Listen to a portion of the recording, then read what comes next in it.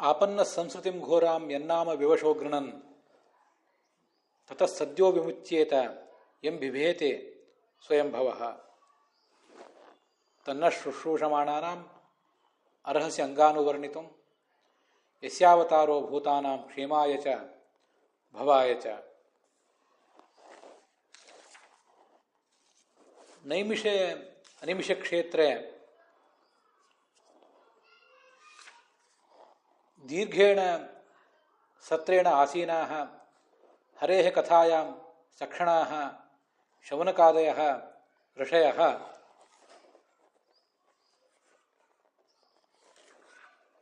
सूतम् एवं पप्रच्छुः, हे सूत, येयं कथा कृष्णस्य अस्माभिः श्रोतुमिष्यते या च भवता वर्णितुमिष्यते तया न केवलम् अस्माकं भवतश्च भद्रमेव भवति। त्रिलोकीपतिः अयं भगवान् वासुदेवः वसुदेवात् देवख्यां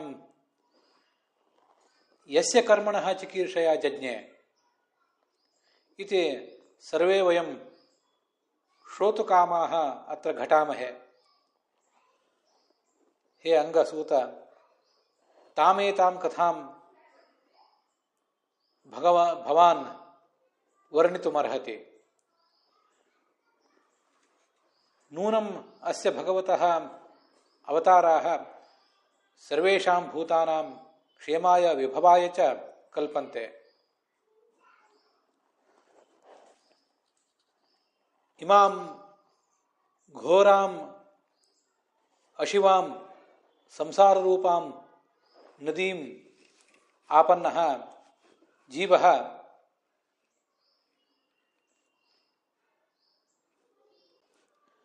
सद्य एव तत्क्षणादेव आत्मानं मोचयितुं च ध्रुवमिच्छति, परन्तु केन कर्मणा कृतेन कया कथया श्रुतया अयं जीवः सद्यः विमुच्येत। तमेतम् उपायं च भवान् विवरीतुमर्हति। यद्यप्यस्मिन् लोके अनेकानि श्रोतव्यानि शास्त्राणि उपलभ्यन्ते, तानि च शास्त्राणि भूरि कर्माणि अनेकानि कर्माणि प्रतिपादयन्ति। अतः किं कर्म कर्तव्यं, किं वा श्रोतव्यम्? अतः सर्वेषां भूतानां भद्राय भवान् कथामेतां ब्रवीतु तावत्।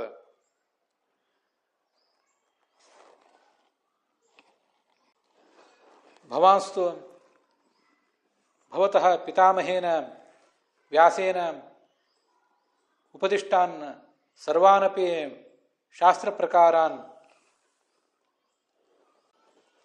अधिगच्छति। तानि च अनेकेषु अवसरेषु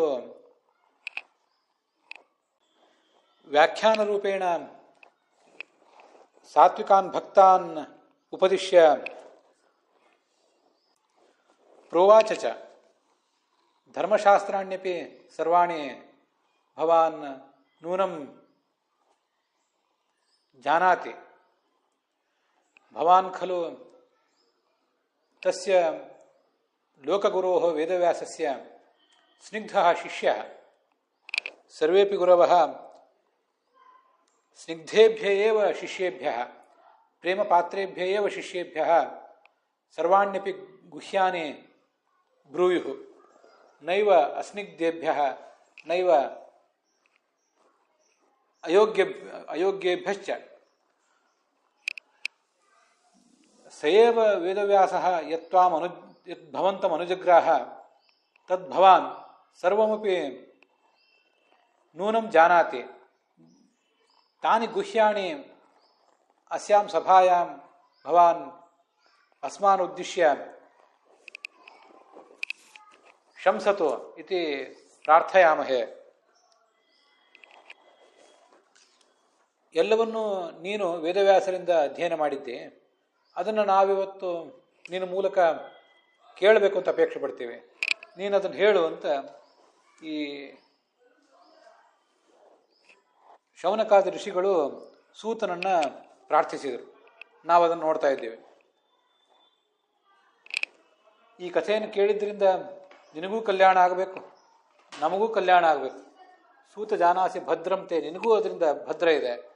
ಬ್ರೂಹಿ ಭದ್ರಾಯ ಭೂತಾನಾಂ, ಸಮಸ್ತ ಜಗತ್ತಿಗೂ ಕೂಡ ಜಾತಿ ಭೇದ ವರ್ಗ ಭೇದವಿಲ್ಲದ, ಸ್ತ್ರೀ ಪುರುಷ ಪಂಡಿತ ಪಾಮರ ಅನ್ನುವ ಭೇದವಿಲ್ಲದ ಸಮಸ್ತ ಜಗತ್ತಿಗೂ ಕೂಡ ಇದರಿಂದ ಕಲ್ಯಾಣ ಇದೆ. ಇದೇ ಪರಮ ಕಲ್ಯಾಣ. ಅದರಿಂದ ನೀನು ಅದನ್ನು ಹೇಳು ಅಂತ ಕೇಳಿದರು. ಇದೊಂದು ಘೋರವಾದ ಸಂಸಾರ. ಘೋರವಾದ ಸಂಸಾರದಲ್ಲಿ ನಾವೆಲ್ಲ ಇವತ್ತಿದ್ದೇವೆ. ಬ್ರಹ್ಮಸೂತ್ರ ಭಾಷ್ಯದಲ್ಲಿ ಅದನ್ನು ಹೇಳ್ತಾರೆ. ಇಮಾಂ ಘೋರಾಂ ಅಶಿವಾಂ ನದೀಂ ತೀರ್ಥ ಏನಂ ಸೇತುಮಾಪ್ಯ ತೆನೇವ ಸೇತುನಾ ಮೋದತೆ ಪ್ರಮೋದತೆ ಆನಂದೇ ಭವತೆ ಅಂತ. ಸಂಸಾರ ಅಂತ ಅನ್ನೋದೊಂದು ಘೋರವಾದಂಥ ನದಿ, ಅಮಂಗಳಕರವಾದ ನದಿ ಕೂಡ ಇದೆ. ಈ ಸಂಸಾರದಲ್ಲಿ ನಾವಿವತ್ತು ಬಿದ್ದಿದ್ದೀವಿ. ಈ ಸಂಸಾರವೆಂಬ ನದಿಯನ್ನು ದಾಟಬೇಕಾಗಿದೆ. ದಾಟಬೇಕು ಅಂತ ಒಂದು ಹಂಬಲವೇನೋ ನಮಗಿದೆ. ಅದು ಹೇಗೆ ದಾಟಬೇಕು ಅನ್ನುವುದು ನಮಗೆ ಗೊತ್ತಾಗ್ತಿಲ್ಲ. ಅಂಥ ಸಂದರ್ಭದಲ್ಲಿ ಭಗವಂತನೇ ಅದಕ್ಕೆ ಸೇತು ಅಂತ ಆ ಒಂದು ವೇದವಾಕ್ಯ ಹೇಳ್ತದೆ. ಬ್ರಹ್ಮಸೂತ್ರ ಭಾಷ್ಯದಲ್ಲಿ ಉದ್ಧೃತವಾದ ವೇದವಾಕ್ಯ. ಇಲ್ಲಿಯೂ ಕೂಡ ಘೋರವಾದ ಸಂಸಾರದಲ್ಲಿ ಬಂದು ಬಿದ್ದಿದ್ದಾನಲ್ಲ, ಮತ್ತೆ ಹೀಗೆ ಬಿದ್ದವನು ಅದರಿಂದ ಬಿಡುಗಡೆ ಹೊಂದಲಿಕ್ಕೆ ಬಯಸ್ತಾ ಇದ್ದಾನಲ್ಲ, ಅವನು ವಿವಶನಾಗಿ ಪರವಶನಾಗಿ ಆ ನಾಮ ಉಚ್ಚಾರ ಮಾಡಿದರೂ ಸಾಕು. ಸದ್ಯ ಅವನ ಸಾಧನೆ ಪೂರ್ಣ ಪಕ್ವವಾಗಿದ್ದರೆ ಕೂಡಲೇ ಮುಕ್ತಿ ಹೊಂದಿಬಿಡ್ತಾನೆ ಅದೇ ಕ್ಷಣದಲ್ಲೇ. ಇಲ್ಲದೆ ಹೋದರೆ ಸದ್ಯ, ಅದಕ್ಕೂ ಕೂಡಲೇ ಅಂತಲೇ ಅರ್ಥ. ಹಿಂದೆ 2ನೇ ಶ್ಲೋಕದಲ್ಲಿ ಸದ್ಯೋ ಹೃದಯವರುದ್ಧತೆ ಕೃತಿಭಿ ಶುಶ್ರೂಷುಭಿ ತತ್ಕ್ಷಣಾತ್ ಅಂತ ವಾಕ್ಯ ನೋಡಿದ್ದೇವೆ. ಆಚಾರ್ಯ ಹೇಳಿದ ಅರ್ಥ ಅಲ್ಲಿದೆ. ತತ್ಕ್ಷಣ ಅಂದರೆ ಈಗಲೇ ಅಂತ ಅರ್ಥ, ಸದ್ಯ ಅಂದರೆ ಶೀಘ್ರದಲ್ಲೇ ಅಂತ ಅರ್ಥ. ಇಲ್ಲಿ ಶೀಘ್ರದಲ್ಲೇ ಅನ್ನೋ ಶಬ್ದ ಪ್ರಯೋಗ ಮಾಡಿದ್ದಾರೆ. ಅಲ್ಲಿ ಹಿಂದೆ ಏನು ಅರ್ಥ ನೋಡಿದ್ವಿ, ಯಾರ ಸಾಧನೆ ಪಕ್ವವಾಗಿದೆ ಅವರ ಹೃದಯದಲ್ಲಿ ಭಾಗವತ ಕೇಳಿದ ಕೂಡಲೇ ಬಂದು ಕೂಡ್ತಾನೆ ಅದೇ ಕ್ಷಣದಲ್ಲೇ. ಯಾರ ಸಾಧನೆ ಇನ್ನೂ ಪೂರ್ಣ ಪಕ್ವವಾಗಿಲ್ಲ ಅವರಿಗೆ ಅವರ ಸಾಧನೆ ಪಕ್ವ ಆದಮೇಲೆ ಬಂದು ಕೂತ್ಕೋತಾನೆ ಹೃದಯದಲ್ಲಿ. ಅಂತೂ ತತ್ಕ್ಷಣ ಅಂತಂದ್ರೆ ಆವಾಗಲೇ, ಅದು ಪೂರ್ಣಾಧಿಕಾರಿಗಳಿಗೆ. ಅಸಂಪೂರ್ಣ ಅಧಿಕಾರಿಗಳಿಗೆ ಅವರ ಸಾಧನೆ ಪಕ್ವ ಆದಮೇಲೆ ಶೀಘ್ರದಲ್ಲಿ ಅಂತ. ಶೀಘ್ರ ಅಂದ್ರೆ ಇವತ್ತು ಆಗ್ಬೋದು, ನಾಳೆ ಆಗ್ಬೋದು, ಇನ್ನು 100 ವರ್ಷ ಬಿಟ್ಟು ಶೀಘ್ರ ಆಗ್ಬೋದು. ಬಹುನಾಮ್ ಜನ್ಮನಾಮಂತೆ, ಬಹುಜನ್ಮಗಳಾದರೂ ಕೂಡ ಅದು ಶೀಘ್ರವೇ. ಅಂತೂ ಒಂದು ದಿವಸ ಆಗ್ತದಲ್ಲ, ಆಗದೆ ಇರುವುದಿಲ್ಲಲ್ಲ. ಅದರಿಂದ ಅದು ಕೂಡ ಶೀಘ್ರವೇ ಆ ದೃಷ್ಟಿಯಿಂದ. ತತಃ ಸದ್ಯೋ ವಿಮುಚ್ಯೇತ, ಕೂಡಲೇ ಸಂಸಾರದಿಂದ ಮುಕ್ತನಾಗ್ತಾನೆ. ಕೂಡಲೇ ಅಂದರೆ ಅವರವ್ರ ಯೋಗ್ಯತೆಗೆ ಅನುಗುಣವಾಗಿ ಸಾಧನೆ ಪಕ್ವಾಗಿದ್ದರೆ ತಕ್ಷಣಾತ್ ಮುಕ್ತರಾಗ್ತಾರೆ, ಇಲ್ಲದೆ ಹೋದರೆ ಕಾಲಕ್ರಮೇಣ ಮುಕ್ತರಾಗ್ತಾರೆ. ಬಹುನಾಂ ಜನ್ಮನಾಮಂತೆ ಜ್ಞಾನವಾನ್ ಮಾಂ ಪ್ರಪದ್ಯತೆ. ಅನೇಕ ಜನ್ಮಗಳು ಕಳೆದ ಬಳಿಕ, ಸೃಷ್ಟಿಗೆ ಬಂದ ಮೇಲೆ ಅನೇಕ ಜನ್ಮಗಳು ಕಳೆದ ಬಳಿಕ ನಮಗೆ ಜ್ಞಾನ ಬರ್ತಾ ಇದೆ. ಈಗ ಒಂದು ಸ್ವಲ್ಪ ಈ ಜ್ಞಾನ ಬಂದು ಅದು ಪಕ್ವ ಆದಮೇಲೆ ಮತ್ತೆಷ್ಟೋ ಕಾಲ ಕಳೆದ ಮೇಲೆ ಮಾಂ ಪ್ರಪದ್ಯತೆ, ನನ್ನನ್ನು ಬಂದು ತಲುಪ್ತಾನೆ ಜೀವ ಅಂತ ಕೃಷ್ಣ ಭಗವದ್ಗೀತಾದಲ್ಲಿ ಹೇಳಿದ್ದಾನೆ. ಆದ್ದರಿಂದ ಸದ್ಯೋ ವಿಮುಚ್ಯೇತ ಅಂದರೆ ಇದೇ ಕ್ಷಣದಲ್ಲಿ ಆಗದೇ ಇರಬಹುದು ಎಲ್ಲರಿಗೂ, ಅಂತೂ ಆಗ್ತದೆ. ಶೀಘ್ರ ಅನ್ನೋದು ಒಬ್ಬೊಬ್ಬರಿಗೆ ಒಂದೊಂದು. ಬಿಭೇತಿ ಸ್ವಯಂ ಭವ. ಸ್ವಯಂ ಭಗವಂತನನ್ನು ಕಂಡ್ರೆ ಆ ಯಮನೇ ಭಯ ಪಡ್ತಾನೆ, ಅಥವಾ ಈ ಅಹಂಕಾರದ ಅಭಿಮಾನಿಯಾದಂಥ ರುದ್ರನು ಕೂಡ ಭಯ ಪಡ್ತಾನೆ. ಅಂಥ ಕಥೆಯನ್ನು ಹೇಳು ಅಂತ ಅವ್ರು ಕೇಳಿದರು. ಅಲ್ಲಿ ವಿವಶಃ ಗೃಣನ್ ಅಂತಿದೆ. ವಿವಶನಾಗಿ ಸ್ಮರಿಸುವುದು ಅಂದ್ರೆ ಏನರ್ಥ? ಅದಕ್ಕೆ ಬೇರೆ ಬೇರೆ ಥರ ವ್ಯಾಖ್ಯಾನ ಮಾಡ್ತಾರೆ. ವಿವಶ ಅನ್ನೋ ಶಬ್ದಕ್ಕೆ ಆಚಾರ್ಯಗೆ ಸಮ್ಮತ ಆಗಿರುವಂತೆಯೇ 2 ವ್ಯಾಖ್ಯಾನಗಳಿವೆ. ಅದನ್ನು ಆಮೇಲೆ ನಾವು ನೋಡೋಣ.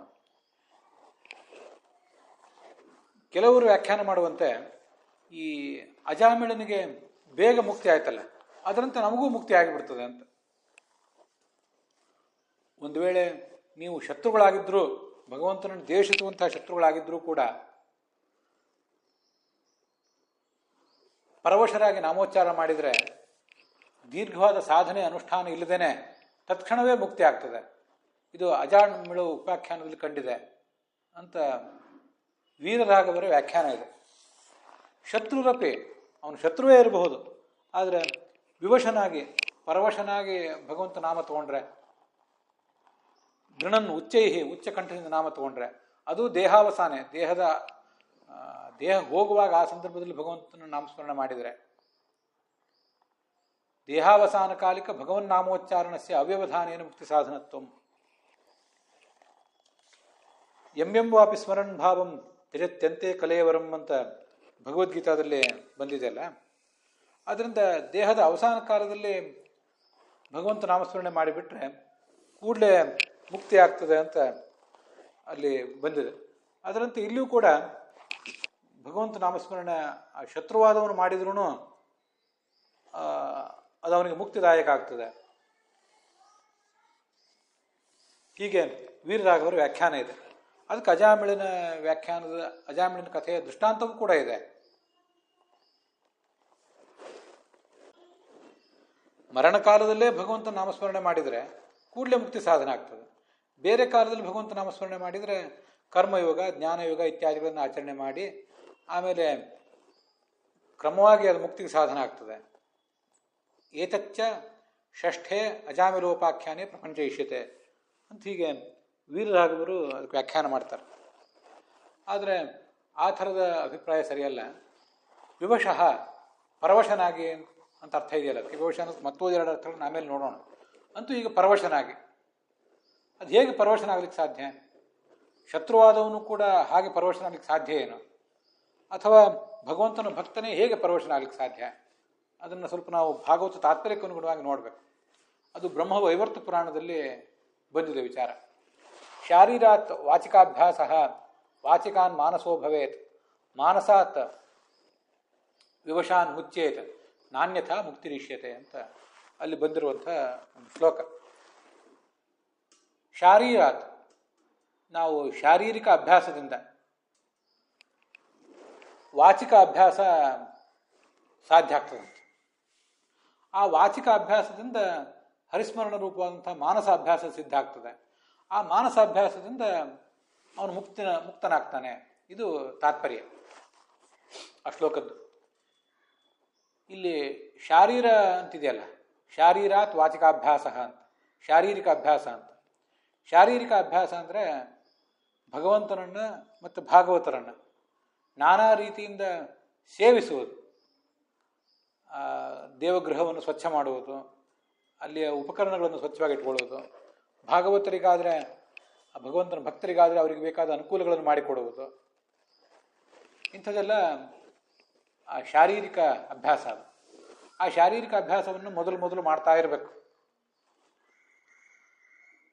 ಆರಂಭದ ಹಂತದಲ್ಲೇ ಶ್ರವಣ, ಮನನ, ಧ್ಯಾನ ಇತ್ಯಾದಿಗಳಲ್ಲಿ ಎಲ್ರಿಗೂ ಕೂಡ ಆಸಕ್ತಿ ಬರೋದಿಲ್ಲ. ಶಾರೀರವಾದ ಈ ಅಭ್ಯಾಸವನ್ನು ಮಾಡ್ತಾ ಇದ್ದರೆ ಕ್ರಮವಾಗಿ ವಾಚಿಕಾಭ್ಯಾಸ ಸಾಧ್ಯ ಆಗ್ತದಂತೆ. ವಾಚಿಕಾಭ್ಯಾಸ ಅಂದರೆ ಅಧ್ಯಯನ, ಪ್ರವಚನ ಮತ್ತು ಶ್ರವಣವೂ ಕೂಡ ಸಾಧ್ಯ ಆಗ್ತದೆ ಅಂತ ತಿಳ್ಕೊಳ್ಬೇಕು. ಅಲ್ಲಿ ಶ್ರವಣವನ್ನು ಬೇಕಾದರೆ ಶಾರೀರದಲ್ಲೇ ಸೇರಿಸ್ಕೋಬಹುದು ಅಥವಾ ವಾಚಿಕದಲ್ಲಿಯೂ ಸೇರಿಸ್ಬೋದು. ವಾಚಿಕ ಅಂದರೆ ಮಾತಿನಿಂದ ನಡೆಯೋದು ಅಂತ. ಶ್ರವಣ ಏನು ನಾವು ಮಾಡ್ತೀವಲ್ಲ, ಶಾಸ್ತ್ರದ ಶ್ರವಣ, ಅದು ನಮ್ಮ ಮಾತಿನಿಂದ ನಡೆಯೋದಲ್ಲ, ಗುರುಗಳ ಮಾತಿನಿಂದ ನಡೆಯೋದು, ಅದು ನಮ್ಮ ಕಿವಿಯಿಂದ ನಡೆಯೋದು. ಆದ್ದರಿಂದ ಶಾರೀರ ಅಭ್ಯಾಸ ಅಂದರೆ ಭಗವಂತನ ಮತ್ತು ಭಾಗವತರ ಸೇವಾ ಮಾಡಲಿಕ್ಕೆ ಕಲಿಯುವುದು, ಶುಶ್ರೂಷೆ ಮಾಡುವುದು. ಶುಶ್ರೂಷೆ ಮಾಡುವುದು ಅಂತ ಏನಿದೆ, ಅದು ದೈಹಿಕ ಸೇವಾ ಆಗಿರ್ಬೋದು, ಅಲ್ಲಿ ಸ್ವಚ್ಛ ಮಾಡುವುದು ಇತ್ಯಾದಿ ಸೇವಾ ಆಗಿರ್ಬೋದು. ಅದರಂತೆ ಆ ಶ್ರವಣ ಮಾಡಲಿಕ್ಕೆ ಇಚ್ಛೆ ಅನ್ನುವ ಇಚ್ಛೆಯೂ ಕೂಡ ಒಂದು ಶಾರೀರಿಕ ಅಭ್ಯಾಸವೇ. ಯಾಕಂದರೆ ಕಿವಿಯೂ ಕೂಡ ಶರೀರದಲ್ಲೇ ಸೇರ್ತದೆ, ಮಾತು ಕಿವಿಯಲ್ಲೇ ಸೇರ್ತದೆ, ಅದು ವಿಚಾರ ಬೇರೆ. ಒಂದು ಕಡೆ ಭಾಗವತರು ಪ್ರವಚನ ಮಾಡ್ತಾ ಕೂತಿದ್ರೆ, ಪಾಠ ಮಾಡ್ತಾ ಕೂತಿದ್ರೆ, ಅಲ್ಲಿ ಅದನ್ನು ಕೇಳುವ ಅಭ್ಯಾಸ ಮಾಡ್ಕೊಳ್ಬೇಕು. ಮೊದಲು ಅಲ್ಲಿ ಕುತ್ಕೊಳ್ಳುವ ಅಭ್ಯಾಸ ಮಾಡಬೇಕು. ಅದೇ ದೊಡ್ಡ ಸೇವಾ ನಾವು ಪ್ರದಕ್ಷಿಣೆ, ನಮಸ್ಕಾರ ಇತ್ಯಾದಿ ಸೇವಾಗಳನ್ನು ಬಹಳ ಸುಲಭವಾಗಿ ಹಾಕಿಬಿಡ್ಬೋದು. ದೊಡ್ಡ ಪ್ರಮಾಣದಲ್ಲಿ ಧನ ಕೊಟ್ಟುಬಿಟ್ರೆ ಅದೂ ಒಂದು ಸೇವಾ ಆಗಿಬಿಡ್ಬೋದು. ಆದರೆ ಎಲ್ಲಿ ಪಾಠ ಪ್ರವಚನಗಳು ನಡೆದಿರ್ತವೆ ಆ ಜಾಗದಲ್ಲಿ ಒಂದು ಕಡೆ ಕೂತ್ಕೊಳ್ಳುವಂಥ ಅಭ್ಯಾಸ ಮಾಡಿದರೆ ಅದು ಶಾರೀರದ ಅಭ್ಯಾಸ. ಕೂತ್ಕೊಂಡು ಕೇಳಬೇಕು, ಬರೀ ಕೂತ್ಕೊಳ್ಳೋದಿಲ್ಲ. ಕಿವಿ ಮುಚ್ಕೊಂಡು ಕೂತ್ಕೊಂಡು ಕೇಳಿದ್ರೆ ಏನು ಲಾಭ ಇಲ್ಲ. ಕೂತ್ಕೊಂಡು ಕೇಳಬೇಕು, ಅದು ಶಾರೀರ ಅಭ್ಯಾಸ. ಅದರಿಂದ ವಾಚಿಕಾಭ್ಯಾಸ ಸಾಧ್ಯ ಆಗ್ತದೆ. ಮೊದಲು ಆ ಶ್ರವಣ ಮಾಡಿದರೆ ಆಮೇಲೆ ನಾವು ಅಧ್ಯಯನ ಮಾಡಲಿಕ್ಕೆ ಅಥವಾ ನಾವು ಇನ್ನೊಬ್ಬರಿಗೆ ಪ್ರವಚನ ಮಾಡಲಿಕ್ಕೆ ಅದು ವಾಚಿಕಾಭ್ಯಾಸ, ಅದು ಸಾಧ್ಯ ಆಗ್ತದೆ. ಆದ್ದರಿಂದ ಮಾನಸಾಭ್ಯಾಸ ಸಾಧ್ಯ ಆಗ್ತದೆ. ಮಾನಸಾಭ್ಯಾಸ ಅಂದರೆ ನಿರಂತರವಾಗಿ ಹರಿನಾಮಸ್ಮರಣ ರೂಪವಾದಂಥ ಮಾನಸಾಭ್ಯಾಸ ಅದರಿಂದ ಸಾಧ್ಯ ಆಗ್ತದೆ. ಅದರಿಂದ ಮುಕ್ತನಾಗ್ತಾನೆ. ಯಾರಿಗೂ ಕೂಡ ಎಂಥ ಶತ್ರುಗಳಿಗೆ ಏನೂ ಸಂಸ್ಕಾರ ಇಲ್ಲದೆ ಇದ್ದವರಿಗೆ ಆಕಸ್ಮಿಕವಾಗಿ ಇದ್ದಕ್ಕಿದ್ದಂತೆ ಮಾನಸಾಭ್ಯಾಸ ಎಂದು ಸಾಧ್ಯ ಆಗೋದಿಲ್ಲ. ಸುದೀರ್ಘವಾಗಿ ಮೊದಲು ಶಾರೀರ ಅಭ್ಯಾಸ ಸಾಧ್ಯ ಆಗಬೇಕು. ಶಾರೀರ ಅಭ್ಯಾಸದಲ್ಲಿ ವಿಷ್ಣು ವೈಷ್ಣವ ಸೇವಾ ರೂಪವಾದ ಶಾರೀರಿಕ ಅಭ್ಯಾಸ ಅಂತಿದೆಯಲ್ಲ, ಅಲ್ಲಿ ನನ್ನ ದೃಷ್ಟಿಯಲ್ಲಿ ಅವು ಮಾತ್ರ ಅಲ್ಲ. ಒಬ್ಬ ಸಾಧಕ ಬೆಳಗಿನ ಜಾವದಲ್ಲಿ ಬೇಗ ಏಳುವುದರಿಂದ ಹಿಡಿದು ಆ ಹರಿಣ ಮಂದಿರವನ್ನು ಸ್ವಚ್ಛ ಮಾಡುವುದರಿಂದ ಹಿಡಿದು ಗುರುಗಳಿಗಿಂತ ಮುಂಚೆ ಶಿಷ್ಯ ಏಳಬೇಕು ಅಂತ ಹೀಗೆಲ್ಲ ಮುಂದೆ ಭಾಗವತದಲ್ಲಿ ಬರ್ತದೆ, ಅದನ್ನು ಹಿಡಿದು ಇವೆಲ್ಲವೂ ಕೂಡ ಶಾರೀರ ಅಭ್ಯಾಸದಲ್ಲೇ ಸೇರಿವೆ. ಮತ್ತು ಸಂಧ್ಯಾವಂದನೆ, ದೇವರ ಪೂಜೆ, ಬ್ರಹ್ಮಯಜ್ಞ, ವೈಶ್ವದೇವ, ಬಲಿಹರಣ ಮೊದಲಾದದನ್ನು ಏನು ಮಾಡ್ತಾನೆ ಅವು ಎಲ್ಲ ಶಾರೀರ ಅಭ್ಯಾಸಗಳೇ. ಅದನ್ನೆಲ್ಲ ಒಂದು ಕಡೆ ಮಾಡಲಿಕ್ಕೆ, ಒಂದು ಕಡೆ ಕೂತ್ಕೊಂಡು ಮಾಡ್ಲಿಕ್ಕೆ ಸಾಧ್ಯ ಆಗ್ಬೇಕು ನಮಗೆ. ಮನುಷ್ಯ ಓಡಾಡುವುದಾದರೆ ಎಲ್ಲೆಲ್ಲೂ ಓಡಾಡ್ತಿರ್ತಾನೆ, ಒತ್ತಡ ಇರ್ತದೆ, ಓಡಾಡ್ತಿರ್ತಾನೆ ಯಾವುದ್ಯಾವುದು ಉದ್ಯೋಗಕ್ಕಾಗಿ. ಅಲ್ಲಿ ಈ ಓಡಾಡುವುದು ಬಹಳ ದೊಡ್ಡದಲ್ಲ, ಒಂದು ಕ್ಷಣದಲ್ಲಿ ಆಸನ ಜಯ ಆಗಬೇಕಲ್ಲ, ಅದು ಬಹಳ ಮುಖ್ಯ. ಶಾರೀರ ಅಂತ ಹೇಳುವುದು ಅದನ್ನ ಅಂತ ನನಗೊಂದು ಅನ್ನಿಸ್ತದೆ. ಸ್ಥಿರವಾದ ಆಸನದಲ್ಲಿ ನಿತ್ಯಾನ್ಹಿಕಗಳನ್ನು ಮಾಡಲಿಕ್ಕೆ ಅಭ್ಯಾಸ ಮೊದಲು ಮಾಡಿದರೆ ಆ ಶಾರೀರ ಅಭ್ಯಾಸದಿಂದ ಅಂತಃಕರಣ ಒಂದು ಸ್ವಲ್ಪ ಸ್ವಚ್ಛ ಆಗಿ ಆವಾಗ ನಮಗೆ ಈ ನಾವು ಅಧ್ಯಯನ ಮಾಡಲಿಕ್ಕೆ, ನಾವು ಇನ್ನೊಬ್ಬರಿಗೆ ಪ್ರವಚನ ಮಾಡಲಿಕ್ಕೆ ಅರ್ಹತೆ ಬರ್ತದೆ. ಅದೇ ವಾಚಿಕಾಭ್ಯಾಸ. ಅದರಿಂದ ಮಾನಸಾಭ್ಯಾಸ ಸಾಧ್ಯ ಆಗ್ತದೆ. ಸೃಷ್ಟಿಗೆ ಬಂದಾಗಿನಿಂದಲೂ ಮುಕ್ತಿಗೆ ಹೋಗುವ ತನಕವೂ ಭಗವಂತನ ನಾವು ನಾಮಸ್ಮರಣೆ ಮಾಡ್ತಿರ್ತೀವಿ ಅಂತ ಹೇಳೋದು ಕಷ್ಟ. ಒಂದು ಬಾರಿ ಅಪರೋಕ್ಷ ಜ್ಞಾನ ಆದಮೇಲೆ ಭಗವಂತನ ನಾಮಸ್ಮರಣದ ರುಚಿ ಸಿಕ್ಕ ಮೇಲೆ ಮುಂದೆ ಅವನು ನಾಮಸ್ಮರಣೆ ಮಾಡಬಹುದು.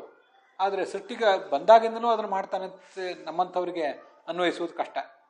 ಅದೇನೇ ಇರಲಿ, ಈಗ ನಾವಿರುವ ಹಂತದಲ್ಲಿ ಒಂದಿಷ್ಟು ಬಾಲ್ಯದ ಯೌವನದ ಹಂತವನ್ನು ಕಳೆದ ಮೇಲೆ ಆದರೂ ಭಗವಂತನ ನಾಮಸ್ಮರಣೆ ನಮಗೆ ನಿರಂತರವಾಗಿ ಬರಬೇಕು. ನಾಮಸ್ಮರಣವಿಲ್ಲದ ಸಮಯವನ್ನೇ ಕಳಿಬಾರದು.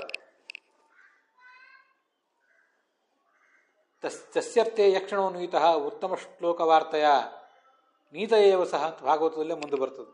ಭಗವಂತನ ನಾಮಸ್ಮರಣೆ ಇಲ್ಲದೇನೆ ನಾವೇನಾದ್ರು ಕಾಲ ಕಳೆದ್ರೆ ಅದು ಹೊರಟೋದಂತೆಯೇ.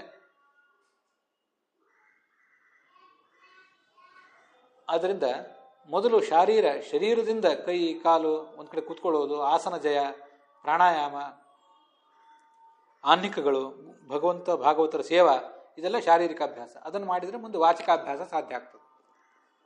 ಶ್ರವಣ ಮಾಡಲಿಕ್ಕಾದರೂ ಸಾಧ್ಯ ಆಗ್ತದೆ. ಶ್ರವಣವನ್ನು ಮೊದಲಿಂದಲಾದರೂ ಸೇರಿಸ್ಬೋದು, ಎರಡನೇದರಲ್ಲಾದರೂ ಸೇರಿಸ್ಬೋದು. ಆದರೆ ಅಧ್ಯಯನ ಮತ್ತು ಪ್ರವಚನ ಏನಿದೆ ಎರಡನೇದರಲ್ಲೇ ಸೇರ್ತದೆ. ಅದೇ ವಾಚಿಕಾಭ್ಯಾಸ, ಬಾಯಿಯಿಂದ ಅದನ್ನು ಹೇಳುವುದು. ಆಮೇಲೆ ಮಾನಸಾಭ್ಯಾಸ, ನಿರಂತರವಾಗಿ ಭಗವಂತ ನಾಮಸ್ಮರಣೆ. ಬೇರೆ ಏನು ಕೆಲಸಗಳನ್ನು ನಮ್ಮ 5 ಜ್ಞಾನೇಂದ್ರಿಯ ಕರ್ಮೇಂದ್ರಿಯ ಮಾಡದೇ ಇದ್ದರೂ ಮನಸ್ಸಿನಿಂದ ನಿರಂತರವಾಗಿ ಭಗವಂತನನ್ನು ಸ್ಮರಿಸುವುದು ಆಮೇಲೆ ಸಾಧ್ಯ ಆಗ್ತದೆ. ಅಷ್ಟಾದಮೇಲೆ ಮಾನಸಾತ್ ವಿವಶಾತ್, ವಿವಶವಾದ ಮಾನಸ ಸ್ಮರಣೆ. ನಾವೇನು ಪ್ರಯತ್ನ ಪಡದೆ ಹೋದರೂ ಕೂಡ ತಾನಾಗಿಯೇ ಅದು ನಮಗೆ ಸಾಧ್ಯ ಆಗಬೇಕು. ಭಗವಂತನ ನಾಮಸ್ಮರಣೆ ನಮ್ಮ ಉಸಿರಿನಲ್ಲಿ ಬೆರೆತು ಹೋಗಬೇಕು. ಅದನ್ನು ನಾವೀಗ ಹಂಸಮಂತ್ರ ಜಪ ಮಾಡ್ತೀವಲ್ಲ, ಹಂಸಮಂತ್ರ ಜಪ ಅನ್ನುವುದು ಎಷ್ಟು ನಾವು ಉಸಿರಾಡ್ತೀವಿ ಅದಕ್ಕೆ ಸಮಾನವಾಗಿರ್ತದೆ. ಒಳಗೆ ಮುಖ್ಯ ಪ್ರಾಣ ಕೂತ್ಕೊಂಡು ನಮ್ಮ ಉಸಿರಾಟದ ಸಂಖ್ಯೆಗೆ ಅನುಗುಣವಾಗಿ ಹಂಸಮಂತ್ರ ಜಪ ಮಾಡ್ತಿರ್ತಾನೆ ಅಂತ ಕೇಳಿರ್ತೀವಿ.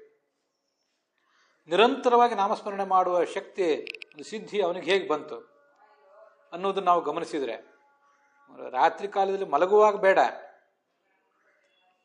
ಉಳಿದ ಸಂದರ್ಭದಲ್ಲಿ ಆದರೂ ಆ ಭಗವಂತ ನಾಮಸ್ಮರಣೆಯನ್ನು ಯಥಾಶಕ್ತಿ ನಾವು ಮಾಡುವುದನ್ನು ರೂಢಿ ಮಾಡ್ಕೋಬೇಕು. ಹಾಗದು ಕ್ರಮವಾಗಿ ಮಾಡಿದಾಗ ತಾನಾಗಿಯೇ ಭಗವಂತ ನಾಮಸ್ಮರಣೆ ಬಂದೇ ಬರ್ತದೆ. ಆದ್ದರಿಂದ ಅವನಿಗೆ ಮುಕ್ತಿ ಆಗ್ತದೆ ಅಂತ ಅದರ ತಾತ್ಪರ್ಯ. ಇಲ್ಲಿ ವಿವಶ ಅಂತ ಬಂತಲ್ಲ, ಆ ವಿವಶ ಅನ್ನೋ ಶಬ್ದಕ್ಕೆ ಭಾಗವತ ತಾತ್ಪರ್ಯದಲ್ಲಿ ಒಂದು ಕಡೆ ವಿ ಅಂದರೆ ಭಗವಂತ, ವಿಹ್ ಪಕ್ಷಿ ಪರಮಾತ್ಮನೋ ಅಂತಿದೆ. ವಿ ಅಂದರೆ ಭಗವಂತನೂ ಹೌದು, ಗರುಡನೂ ಹೌದು. ವಿವಶನಾಗಿ ಅಂದರೆ ಭಗವಂತನ ವಶನಾಗಿ ಮಾಡುವ ಅಭ್ಯಾಸ. ನಾವು ಈಗ ಯಾರ್ಯಾವುದೋ ವಶರಾಗಿ ಬಿಟ್ಟಿದ್ದೇವೆ. ಅನ್ನ ವಸ್ತ್ರಕ್ಕಾಗಿ ಅನ್ಯರ ವಶರಾಗಿ ನಾವೀಗ ಪರದಾಡ್ತಾ ಇದ್ದೀವಿ. ಆದ್ದರಿಂದ ನಮ್ಮ ಸಂಸಾರ ಅಂತನ್ನೋದು ಘೋರವಾಗಿರೋದು. ಆದರೆ ನಾವು ಅದರಿಂದ ಮೇಲೆ ಬರಬೇಕು. ವಿಹಿ ಪರಮಾತ್ಮ ತಸ್ಯ ವಶೋ ಭವೇತ್ ವಿವಶಾತ್. ಭಗವಂತನ ವಶನಾಗಿರುವುದರಿಂದ ಎಲ್ಲವೂ ನಮಗೆ ಸಾಧ್ಯ ಆಗ್ತದೆ ಇಂದು ಒಂದರ್ಥ ಭಾಗವತ ತಾತ್ಪರ್ಯದ ಪ್ರಬೋಧಿನಿ ಅನ್ನೋ ವ್ಯಾಖ್ಯಾನದಲ್ಲಿ. ಇದಕ್ಕೆ ಯಾದವಾರ್ಯರು ಮತ್ತೊಂದು ಅರ್ಥ ಹೇಳ್ತಾರೆ. ವಿವಶನಾಗಿ ಅಂದರೆ ವಶನಾಗಿರುವುದು ಅಂದರೆ ಅಧೀನಾಗಿರುವುದು ಅಂತ ಅರ್ಥ. ವಿವಶನಾಗಿರುವುದು ಅಂದರೆ ಅಧೀನನಾಗಿಲ್ಲದೆ ಇರುವುದು ಅಂತ ಅರ್ಥ. ಅದನ್ನೇ ಪುರಾಣಿಕಾಚಾರ್ಯರು ತಮ್ಮ ಸುಲಲಿತ ಭಾಗವತ ತಾತ್ಪರ್ಯ ಇತ್ಯಾದಿ ಕಡೆ ಬರೆದಿದ್ದಾರೆ. ವಿವಶಃ ಶರೀರಾದಿ ಬಾಹ್ಯ ವಿಷಯ ನಭವತಿ. ವಿ ಅಂತ ಉಪಸರ್ಗ ಇದೆಯಲ್ಲ, ಅದಕ್ಕೆ ವಿಶಿಷ್ಟವಾಗಿ ವಿವಶ ಅಂದರೆ ವಿಶಿಷ್ಟವಾಗಿ ಪೂರ್ಣನಾಗಿ ವಶ ಆಗುವುದು ಅಂತಲೂ ಅರ್ಥ ಆಗಿಬಿಡ್ತದೆ ಕೆಲವೊಮ್ಮೆ. ಇನ್ನು ವಿವಶ ಅಂದರೆ ವಶನ ಆಗದೇನೆ ಇರುವುದು ಅಂತಲೂ ಅರ್ಥ ಆಗ್ತದೆ. ಹೀಗೆ ವಿ ಅನ್ನೋದಕ್ಕೆ ವಿರುದ್ಧ ಅಂತಲೂ ಅರ್ಥ ಇರೋದು ನಮ್ಗೆ ಗೊತ್ತಿದೆ, ವಿಪರೀತ ಅಂತ ಅರ್ಥ ಇರೋದು ಗೊತ್ತಿದೆ. ಆದ್ದರಿಂದ ವಿವಶನಾಗಿ ಅಂದರೆ ವಶನೇ ಆಗದೆ ಭಗವಂತನ ಅನುಗ್ರಹದಿಂದ ಈ ನಮ್ಮ ಮನೆ ಮಠ, ನಮ್ಮ ಶರೀರ, ನಮ್ಮ ಸುತ್ತಲಿನ ಜಡ ಚೇತನ ಇದಕ್ಕೆ ಯಾವುದೂ ವಶನಾಗದೆ ಅವನು ವೈರಾಗ್ಯವನ್ನು ಪಡಿತಾನೆ. ಮುಂದೆ ಮುಕ್ತಿ ಹೋಲಿಕ್ಕೆ ಅವನಿಗೆ ಸಾಧ್ಯ ಆಗ್ತದೆ ಅಂತ ಅದರ ಅರ್ಥ. ಈ ಭಾಗವತ ತಾತ್ಪರ್ಯದಲ್ಲೂ ಕೂಡ ಶಾರೀರಾದ್ ವಾಚಿಕಾಭ್ಯಾಸ ವಾಚಿಕಾನ್ ಮಾನಸೋ ಭವೇತ್ ಶ್ಲೋಕದ ಅನುವಾದ ಮಾಡಿದಾರಲ್ಲ ಪುರಾಣಿಕಾಚಾರ್ಯರು. ಅಲ್ಲಿ ಕೊನೆಗೆ ಆದ್ದರಿಂದ ವಿಷಯಾಸಕ್ತಿ ರಹಿತನಾಗಿ ಮುಕ್ತನಾಗ್ತಾನೆ ಅಂತಿದೆಯಲ್ಲ, ಅಲ್ಲಿ ವಿಷಯಾಸಕ್ತಿ ರಹಿತನಾಗಿ ಅಂತ ಭಾಗವತ ತಾತ್ಪರ್ಯದಲ್ಲಿ ಆಚಾರ್ಯ ವಾಕ್ಯದಲ್ಲೂ ಇಲ್ಲ, ಬ್ರಹ್ಮ ಪುರಾಣದ ಶ್ಲೋಕದಲ್ಲೂ ಇಲ್ಲ. ಅದು ಯಾದವಾರ್ಯರ ವ್ಯಾಖ್ಯಾನದಲ್ಲಿ ಬಂದಿರುವಂಥ ಶ್ಲೋಕ, ಬಂದಿರುವಂಥ ವಿಷಯ. ಅಂದರೆ ಆಚಾರ್ಯ ಹೇಳಲಿಲ್ಲ ಅಂದ ಮಾತ್ರಕ್ಕೆ ಅದನ್ನು ತಪ್ಪನ್ನ ಹೇಳ್ತಿಲ್ಲ. ಆಚಾರ್ಯ ಹೇಳಲಿಲ್ಲ ಯಾಕೆಂದರೆ ಅವ್ರು ಹೇಳದೇ ಇದ್ದಾಗ ನಮಗೆ ಅನೇಕ ಅರ್ಥಗಳನ್ನು ಊಹೆ ಮಾಡಲಿಕ್ಕೆ ಸಾಧ್ಯ ಆಗ್ತದೆ. ವಿವಶ ಅನ್ನೋದನ್ನು ನೀವು ತಿಳ್ಕೊಳ್ಳಿ. ಹಿಂದಿನ ಯಾವ ಸಂಸ್ಕಾರವೂ ಇಲ್ಲದೆ, ಹಿಂದಿನ ಯಾವ ಪ್ರಯತ್ನವೂ ಇಲ್ಲದೇ ಇದ್ದವನಿಗೆ ಈ ಥರದ ಪರವಶತೆಯಿಂದ ಭಗವಂತ ನಾಮಸ್ಮರಣೆ ಮಾಡುವುದು ಸಾಧ್ಯನೇ ಆಗೋದಿಲ್ಲ.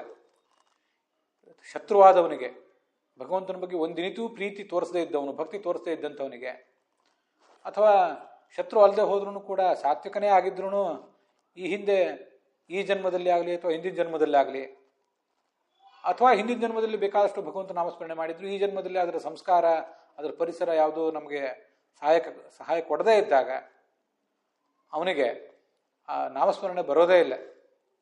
ಇವತ್ತಿನ ನಮ್ಮ ಪರಿಸರ, ಇವತ್ತು ನಮ್ಮ ಮೈಯಲ್ಲಿ ಹರಿತಾ ಇರುವಂಥ ರಕ್ತ, ಅವು ನಮ್ಮನ್ನು ಹೆಚ್ಚು ನಿಯಂತ್ರಿಸಿ ಬಿಡ್ತವೆ. ನಮ್ಮದೆಲ್ಲ ಆಗೋದು ಹೀಗೆ. ಅದು ಹಾಗಾಗದೇ ಇರಲಿ. ನಮ್ಮ ಶಾರೀರ ಅಭ್ಯಾಸ ಏನು ಮಾಡಿದ್ದೀವಿ ಈ ಜನ್ಮದಲ್ಲಿ, ವಾಚಿಕಾಭ್ಯಾಸ ಏನು ಮಾಡಿದ್ದೀವಿ ಈ ಜನ್ಮದಲ್ಲಿ, ಅದರಿಂದ ಮಾನಸಿಕ ಅಭ್ಯಾಸ ನಮ್ಮಲ್ಲಿ ಕೈಗೂಡಬೇಕು. ಬರೀ ಈ ಜನ್ಮದಲ್ಲಿ ಅಲ್ಲ, ಹಿಂದಿನ ಅನೇಕ ಜನ್ಮಗಳಲ್ಲಿ ಶಾರೀರಾಭ್ಯಾಸ ವಾಚಿಕಾಭ್ಯಾಸ ಮಾಡಿದರೆ, ಶಾರೀರಾಭ್ಯಾಸ ವಾಚಿಕಾಭ್ಯಾಸ ಮಾನಸಾಭ್ಯಾಸ ಇದನ್ನೆಲ್ಲ ಮಾಡಿದರೆ, ಅದು ಮುಂದಿನ ಯಾವ ಜನ್ಮದಲ್ಲೇ ಆದರೂ ಆಕಸ್ಮಿಕವಾಗಿ ಯಾವುದೇ ಪರಿಸರದಲ್ಲಿ ಪ್ರತಿಕೂಲ ಪರಿಸ್ಥಿತಿಯಲ್ಲಿ ನಾವಿದ್ದರೂ ಕೂಡ ಭಗವಂತನ ಕುರಿತಾದ ಶಾರೀರ ಅಭ್ಯಾಸವನ್ನು ಮತ್ತಷ್ಟು ಮಾಡಲಿಕ್ಕೆ ನಮ್ಮನ್ನು ತೊಡಗಿಸ್ತದೆ. ಪ್ರವಚನ ಅಧ್ಯಯನ ಇತ್ಯಾದಿಗಳಲ್ಲಿ ನಮ್ಮನ್ನು ತೊಡಗಿಸ್ತದೆ. ಭಗವಂತ ನಾಮಸ್ಮರಣೆಯಲ್ಲೇ ತೊಡಗಿಸ್ತದೆ. ಪ್ರಹ್ಲಾದನನ್ನು ಅದು ಹಾಗೆ ತೊಡಗಿಸಿತ್ತು. ಅವನ ರಕ್ತ, ಅವನ ಪರಿಸರ ಅದಕ್ಕೆ ಅನುಕೂಲವಾಗಿ ಇರಲಿಲ್ಲ. ಆದರೂ ಶಾರೀರ ಅಭ್ಯಾಸ ಮಾಡ್ತಿದ್ದ, ವಾಚಿಕಾಭ್ಯಾಸ ಮಾಡ್ತಿದ್ದ, ಮಾನಸಿಕ ಅಭ್ಯಾಸವನ್ನಂತೂ ಮಾಡೇ ಮಾಡ್ತಿದ್ದ. ಆದ್ದರಿಂದ ವಿವಶಃ ಬಹ್ವಭ್ಯಾಸಾತ್, ಬಹು ರೀತಿಯ ಅಭ್ಯಾಸ. ಭಗವದ್ಗೀತಾದಲ್ಲಿ ಹೇಳಿದಂತೆ ಅಭ್ಯಾಸೇನ ಚ ಕೌಂತೆಯ ಪ್ರಯತ್ನೇನ ಚ ಗೃಹ್ಯತೆ. ಬಹುಜನ್ಮಗಳಲ್ಲಿ ಅಭ್ಯಾಸ, ಬಹು ರೀತಿಯಿಂದ ಅಭ್ಯಾಸ. ಇಷ್ಟೆಲ್ಲ ಮಾಡಿದರೆ, ಬಹು ಅಭ್ಯಾಸ ಅನ್ನೋದಕ್ಕೆ ಆ ಅರ್ಥ ನನ್ನ ಅಭಿಪ್ರಾಯ. ಅಷ್ಟೆಲ್ಲ ಮಾಡಿದರೆ, ಆ ಹಿನ್ನೆಲೆ ಇದ್ದರೆ ಈ ಜನ್ಮದಲ್ಲಿ ಅದು ನಮ್ಮ ಕೈ ಹಿಡಿತದೆ. ಬಹು ಅಭ್ಯಾಸ ಇಲ್ಲದೆ ಹೋದರೆ, ಇನ್ನೂ ಅಭ್ಯಾಸ ಸಾಲದು ಅಂತಿದ್ರೆ ಆವಾಗ ನಮ್ಗೆ ಸಾಧ್ಯ ಆಗೋದಿಲ್ಲ ಅಂತ ಅದ್ರ ತಾತ್ಪರ್ಯ. ಅದಕ್ಕೊಂದು ಉದಾಹರಣೆ ಕೊಡ್ಬೋದು. ಕೆಲವು ಶ್ಲೋಕಗಳನ್ನು ನಾವು ಬಾಯ್ಪಾಠ ಕಲ್ತು ಬಿಟ್ಟಿರ್ತೀವಿ ತುಂಬ ಸಣ್ಣ ವಯಸ್ಸಿನಿಂದ. ಅದನ್ನು ನಾವು ಏನಾದ್ರು ಹೇಳುವಂತ ಕೂಡಲೇ ಅನಾಯಾಸವಾಗಿ ಅದನ್ನು ಹೇಳಿ ಮುಗಿಸ್ತೇವೆ. ಕೆಲವು ಶ್ಲೋಕಗಳನ್ನು ಇತ್ತೀಚೆಗೆ ಬಾಯ್ಪಾಠ ಕಲ್ತಿದ್ರೆ ಅದನ್ನು ಸ್ವಲ್ಪ ನೆನಪು ಮಾಡ್ಕೋಬೇಕಾಗ್ತದೆ. ಪ್ರಥಮ ಚರಣ ಏನು, ದ್ವಿತೀಯ ಚರಣ ಏನು, ತೃತೀಯ ಚರಣ ಏನು ಅಂತ ಕ್ರಮವಾಗಿ ನೆನಪು ಮಾಡ್ಕೋಬೇಕಾಗ್ತದೆ. ಎಷ್ಟು ನಮಗೆ ಅಭ್ಯಾಸ ಹಿಂದೆ ಆಗಿರ್ತದೆ, ಎಷ್ಟು ಸಂಸ್ಕಾರ ನಮ್ಮಲ್ಲಿ ಕೂತಿರ್ತದೆ, ಅಷ್ಟು ಸುಲಭವಾಗಿ ಆ ನಾಮಸ್ಮರಣೆ ಸಾಧ್ಯ ಆಗ್ತದೆ ಅಂತ ಅದರ ತಾತ್ಪರ್ಯ. ಹೀಗೆ ಶಾರೀರಾಭ್ಯಾಸ, ವಾಚಿಕಾಭ್ಯಾಸ ಮತ್ತು ಮಾನಸಿಕಾಭ್ಯಾಸಗಳಿಗೆ ನಮ್ಮನ್ನು ನಾವು ಒಗ್ಗಿಸ್ಕೋಬೇಕು. ಅದರಿಂದ ಅಂಥ ವಿವಶವಾದ ಮಾನಸಿಕ ಅಭ್ಯಾಸದಿಂದ ಕ್ರಮವಾಗಿ ಮುಕ್ತಿ ಆಗ್ತದೆ ಅಂತ ಅದರ ತಾತ್ಪರ್ಯ. ಅಲ್ಲಿಗೆ ಇವತ್ತಿನ ಈ 1ನೇ ಸ್ಕಂದದ 1ನೇ ಅಧ್ಯಾಯದ 14ನೇ ಶ್ಲೋಕ ಇದು ಸಮಾಪ್ತ ಆಗ್ತದೆ. ಶತ್ರುವಾದವನಿಗೆ, ಅಭ್ಯಾಸ ಇಲ್ಲದೇ ಇದ್ದವನಿಗೆ ಭಗವಂತನ ನಾಮಸ್ಮರಣೆ ಸುಲಭವಾಗಿ ಸಾಧ್ಯ ಆಗೋದಿಲ್ಲ ಅಂತನ್ನೋದನ್ನು ಈ ಶ್ಲೋಕದಲ್ಲಿ ನಾವು ನೋಡಿದ್ದೇವೆ. ಈ ಭಾಗ ಸಮಾಪ್ತ ಆಗಿದೆ.